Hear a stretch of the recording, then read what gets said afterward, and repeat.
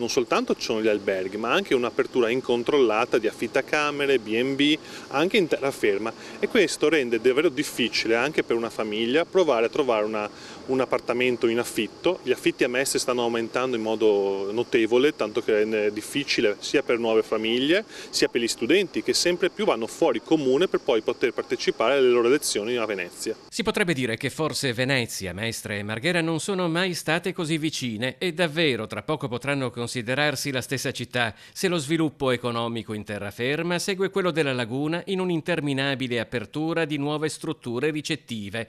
Se anche la riqualificazione di via Ulloa e la denuncia del Partito Democratico avverrà all'insegna di altri alberghi, la politica amministrativa del comune appare oramai indirizzata sempre più su un binario monotematico. 14.000 metri quadri di nuovo ricettivo che, sommandosi a quello votato circa una settimana fa, fanno circa 1.000 camere nuove in zona stazione. Mi domando se c'era bisogno, perché 1.000 camere vuol dire difficoltà nel trasporto pubblico, vuol dire ripensare la città da un punto di vista della residenza, vuol dire ripensare un'altra città.